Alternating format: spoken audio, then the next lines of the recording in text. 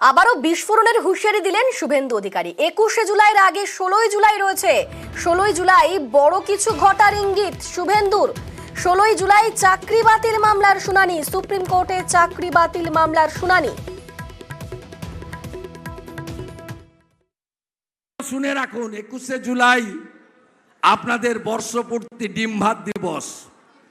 তার আগে কিন্তু 14ই জুলাই সুপ্রিম কোর্ট। ডিম ভাতের আগে খুব সাবধান। চাকরি বাতিল নিয়ে বিজেপিকে আক্রমণ মমতা বন্দ্যোপাধ্যায়ের। বিজেপিকে চাকরি খেকো বলে আক্রমণ করেন মমতা। সুপ্রিম কোর্ট অন্তর্বর্তী স্থগিতাদেশ দেওয়ায় খুশি তৃণমূল নেত্রী।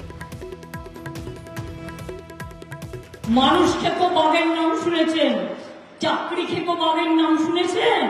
এরা হচ্ছে চাকরি খেকো বাঘ। 26,000 ছেলেমেয়ের চাকরি খেয়ে নিল।